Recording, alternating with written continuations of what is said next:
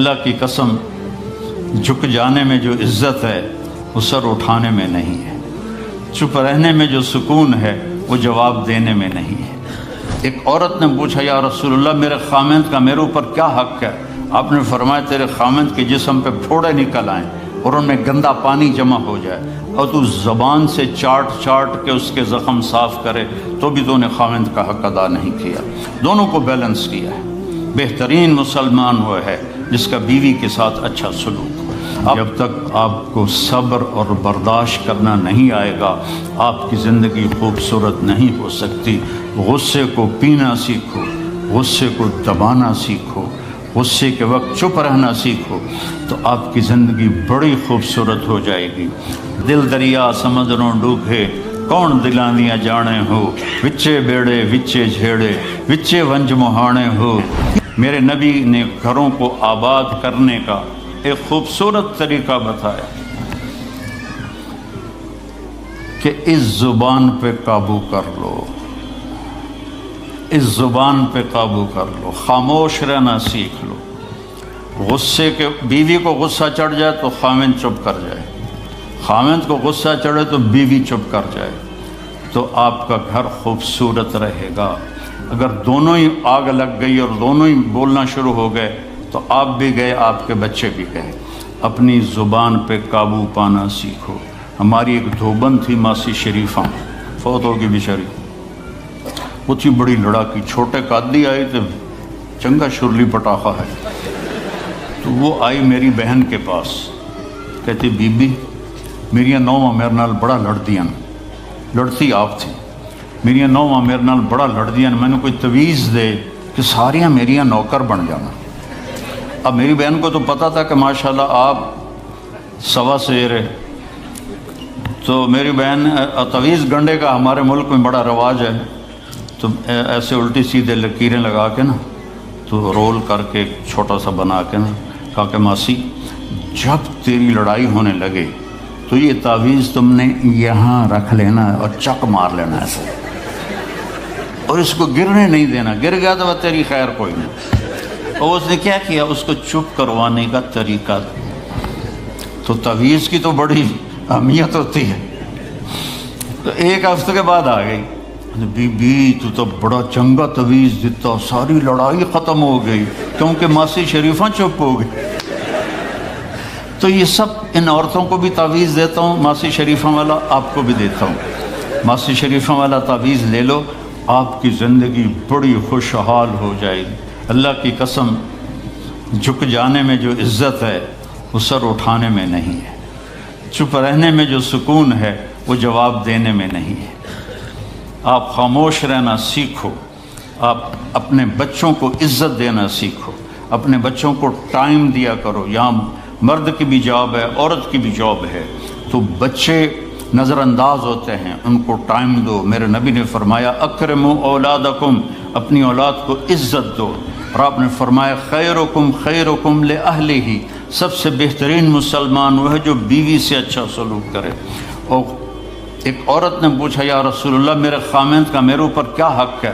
آپ نے فرمایا تیرے خامند کے جسم پہ پھوڑے نکل آئیں اور ان میں گندا پانی جمع ہو جائے اور تو زبان سے چاٹ کے اس کے زخم صاف کرے تو بھی تو نے خامند کا حق ادا نہیں کیا۔ دونوں کو بیلنس کیا ہے۔ بہترین مسلمان وہ ہے جس کا بیوی کے ساتھ اچھا سلوک ہو۔ آپ نے 11 شادیاں کی، یہ شوق کی نہیں تھیں، یہ اللہ کے حکم کی تھیں اور ہمیں زندگی سمجھانے کے لیے تھیں کہ آپ یہاں رہو یا کہیں اور جگہ رہو، جب تک آپ کو صبر اور برداشت کرنا نہیں آئے گا آپ کی زندگی خوبصورت نہیں ہو سکتی۔ غصے کو پینا سیکھو، غصے کو دبانا سیکھو، غصے کے وقت چپ رہنا سیکھو تو آپ کی زندگی بڑی خوبصورت ہو جائے گی، بہت حسین ہو جائے گی۔ زندگی اندر ہے، باہر نہیں۔ اب رولز رائس میں چڑھ کے کوئی اچھی زندگی نہیں گزار رہا ہے، لائف تو اندر ہے۔ دل دریا سمندروں ڈوبے کون دلاندیاں جانے ہو، وچے بیڑے وچے جھیڑے وچے ونج مہانے ہو۔ یہ اندر ہے، لائف اندر ہے۔ اور کیا لطف انجمن کا جب دل ہی بجھ گیا ہو، جب اندر بجھا ہوا ہو تو پھر باہر کی چیزیں کوئی مزہ نہیں دیتی۔ عاصم کے مرنے کے بعد ہمیں کوئی شے اچھی نہیں لگتی، حالانکہ ہر نعمت موجود ہے، سب کچھ موجود ہے۔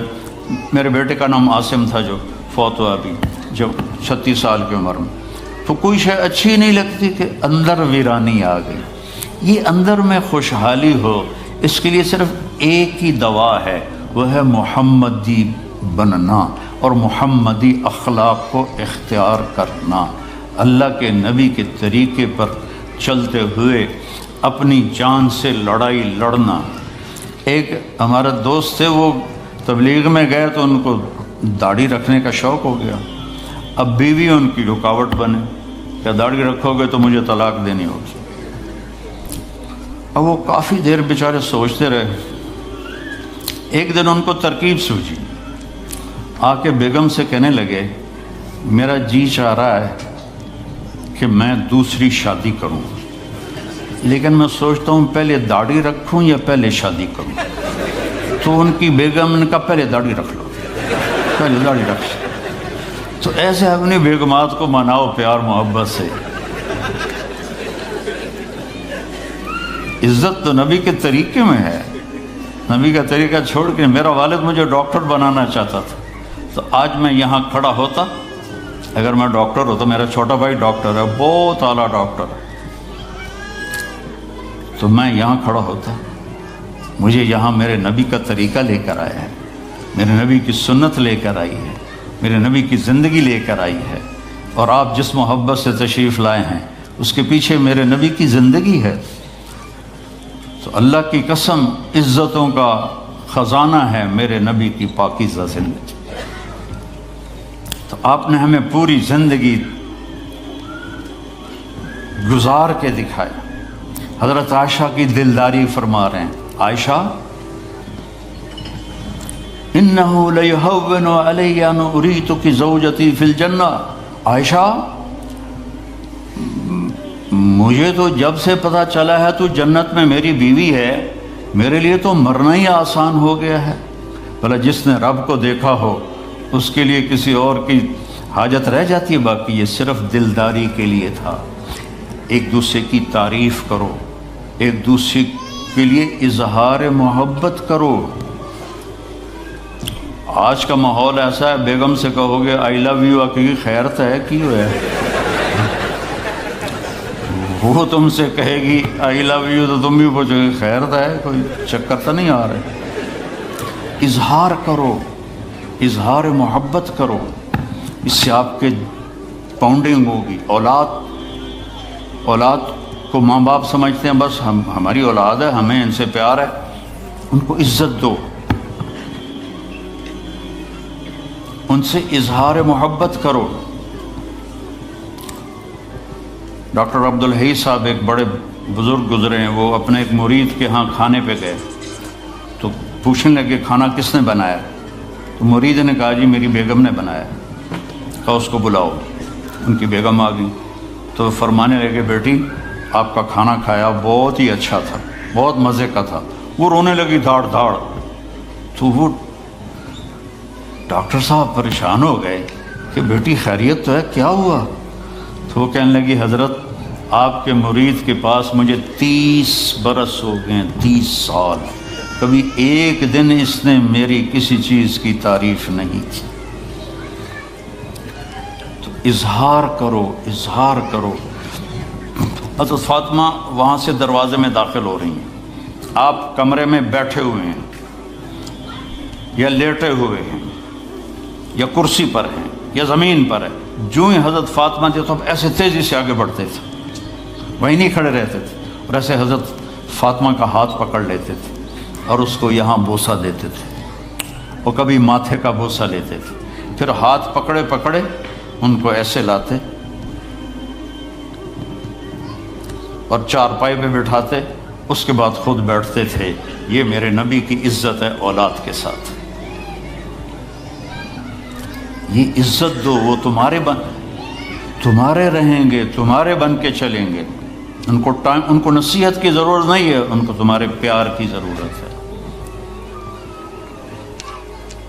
اور جب اللہ کے نبی حضرت فاطمہ کے گھر جاتے تو حضرت فاطمہ یہ کرتی تھی، وہ کھڑی ہو جاتی، آگے بڑھ کر اللہ کے نبی کے ماتھے کا بوسہ لیتی، پھر ان کا ہاتھ پکڑ کے ان کو چارپائی پہ بٹھاتی پھر خود نیچے بیٹھتی تھیں۔